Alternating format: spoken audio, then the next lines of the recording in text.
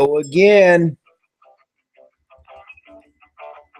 broadcasting live from the Real Clear Vote Studios. Here's your host, C.W. Martin. Hope y'all are doing well today. Look at that fade out. Ooh, that was nice. So, we've got some interesting news for you today. Got a few things coming up for you. Also, have a special guest that not going to appear, but I'm going to feature one of his songs. One of my friend Ben Longmire's. He's a musician, and want to feature one of his tunes here today. Well, let's get right to it. We've got ourselves an interesting news story. This one's trending on YouTube right now, and I can see why. It's so cool. It involves affordable 3D printing, and specifically for prosthesis.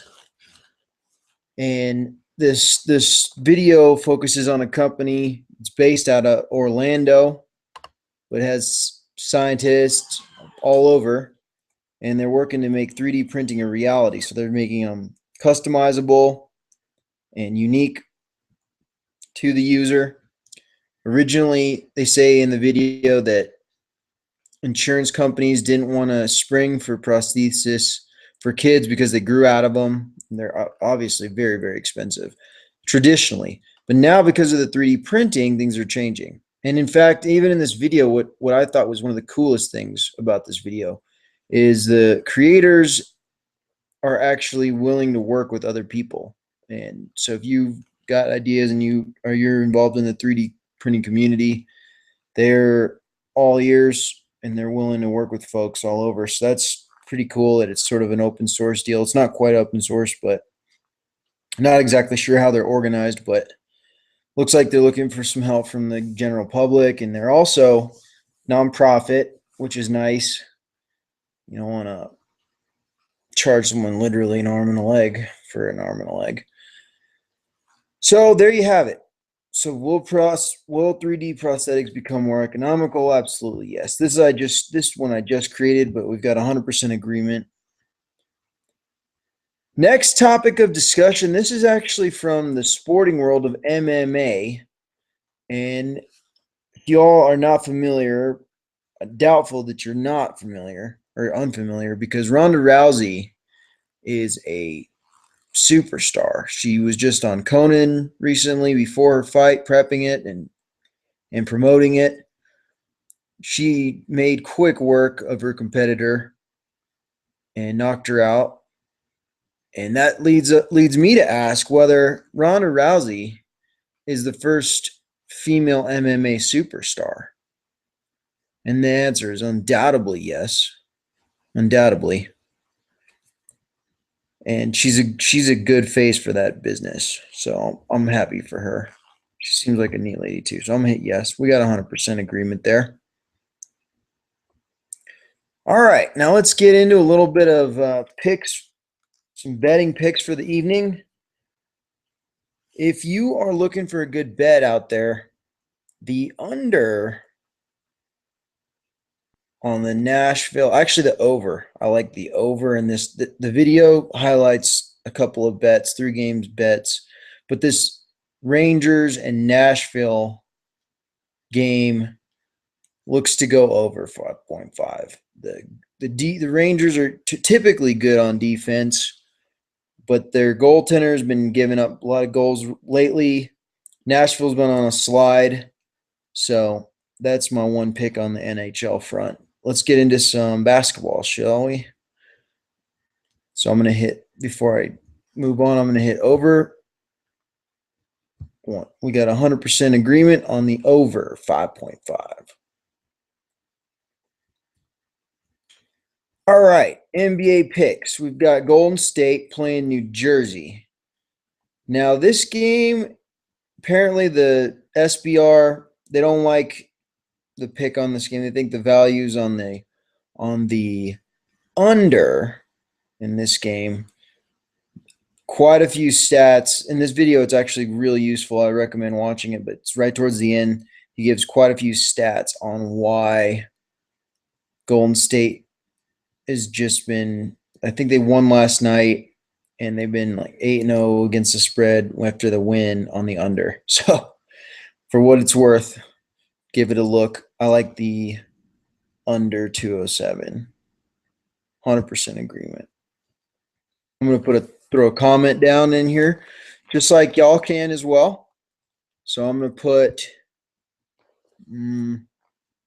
ATS after GS win. Looks good. There you go. Submit comment. Shows up right there.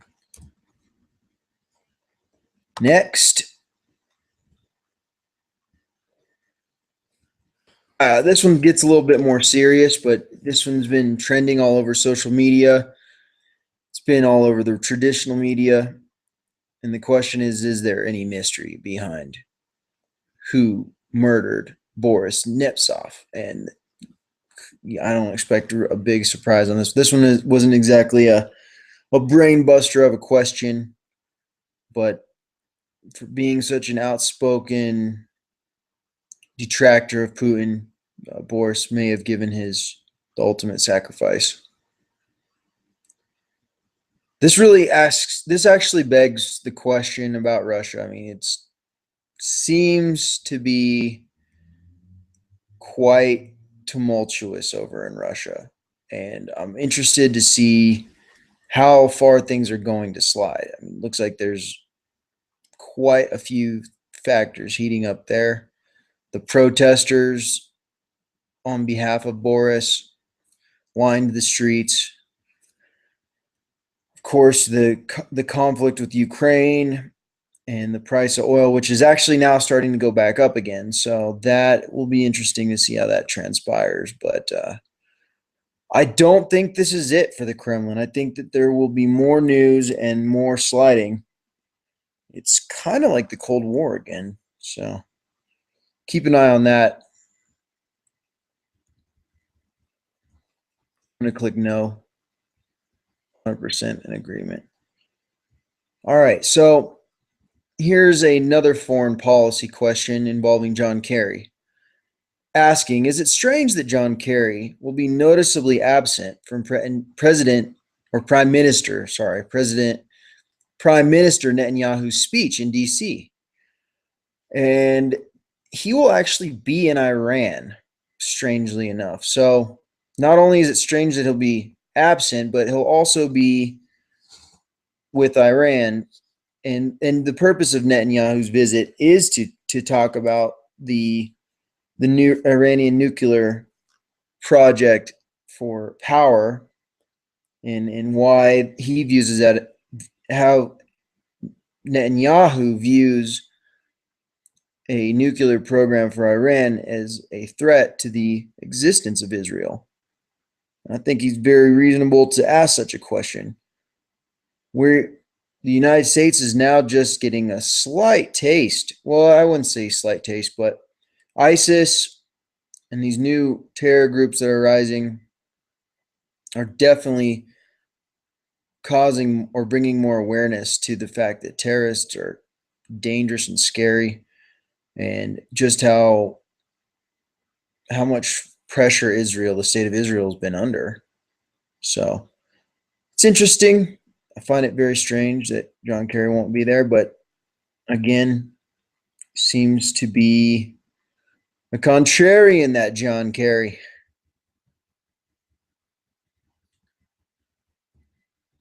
Here's a little bit of a less serious question, but still it's a thought-provoking idea. So if guilt is an acceptable weapon in the war against smoking, which it is, we've clearly seen some wild advertisements against smoking, should it be used in the war against obesity? Basically, now obesity has become an epidemic, but we're far more sensitive towards obesity than we are towards smoking. So will things change? Will things shift? It's an interesting question. I don't really see people going too aggressive at the obese. But why? I don't know. So I'll let you all decide this one. Another post, this one involving Citizens United. It's one of the most controversial cases in the United States Supreme Court history. And I actually posted this question on anarcho-capitalism on Reddit. And because I wanted to see where they fell. And to this point, where they fall on this issue. And to this point, I've heard from a few folks on there saying that they actually think that it was the right decision. It has been criticized,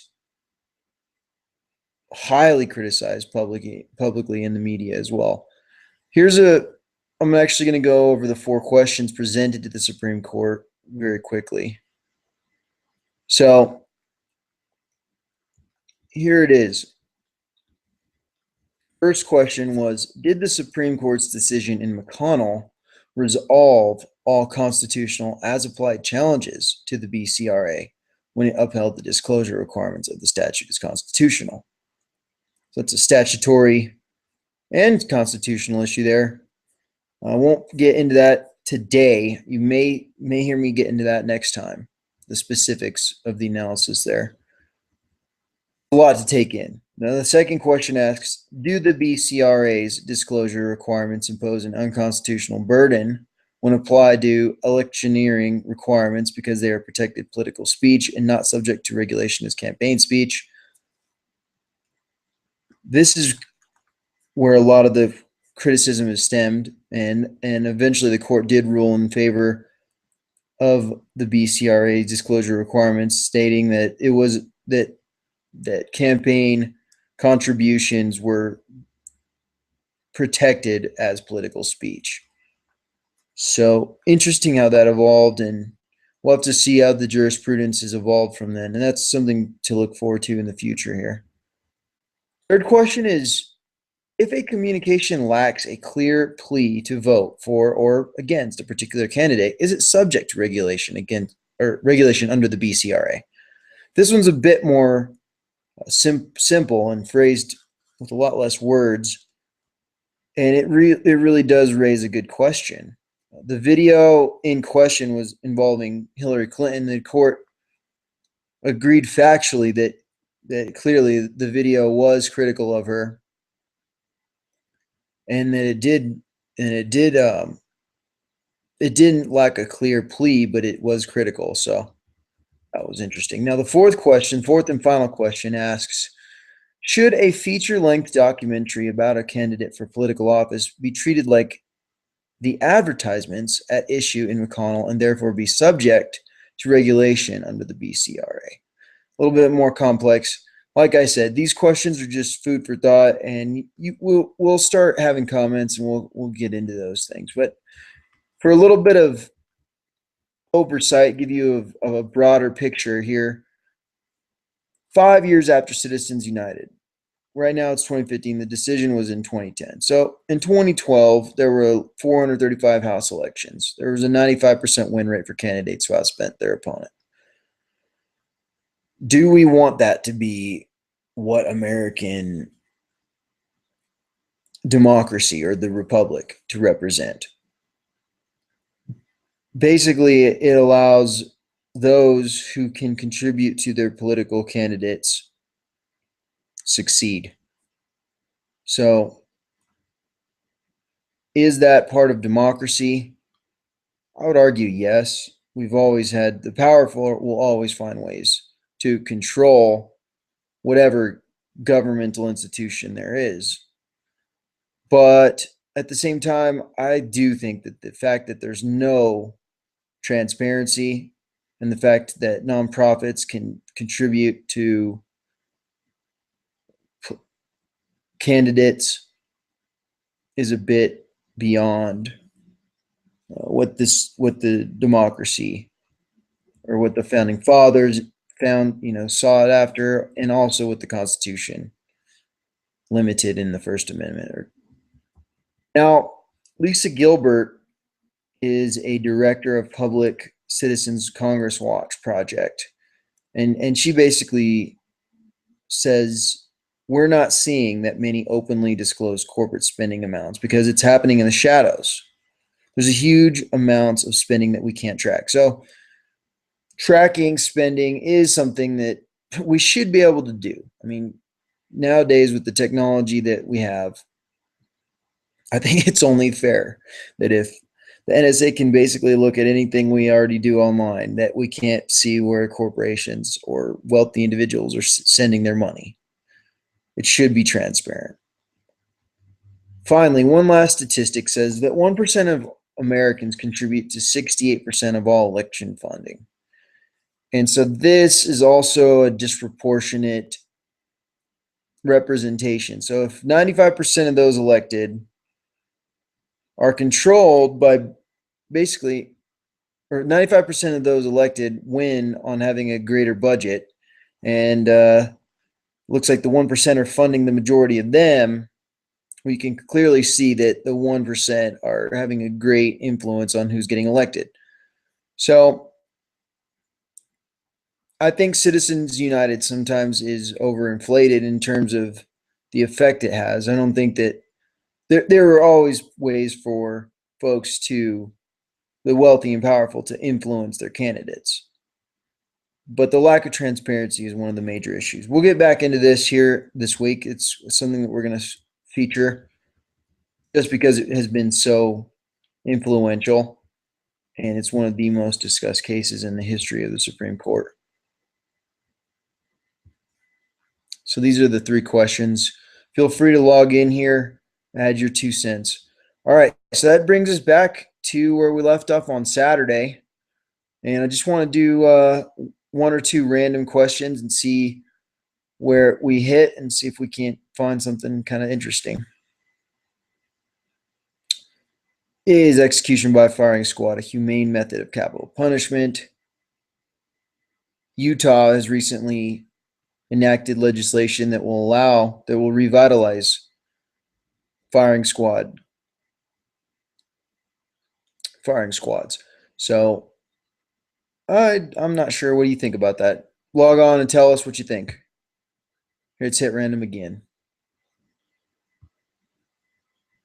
1 more. Are Seattle Seahawks fans the worst? Well, they're certainly not my favorite. And I'll leave it at that. Y'all have a good day, and we'll see you back here tomorrow. Here is my buddy Ben Longmire's tune, or at least the intro here. Check it out.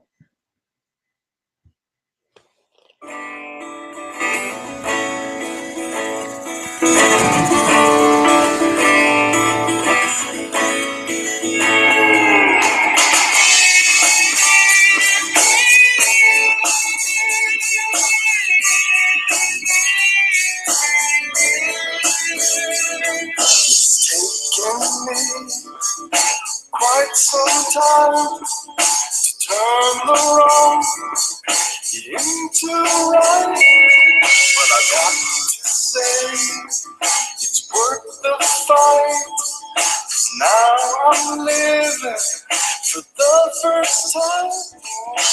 Nothing is forever except for you and me. Let's make a life together and set ourselves free. I can be your angel that watches over you. Anytime you need me, I will pull through. And I'm never gonna go back down my way, 'cause I got you right here next to me. I'm never gonna go back down my way, 'cause I got you. All right, y'all. Have a good one. We'll see you tomorrow.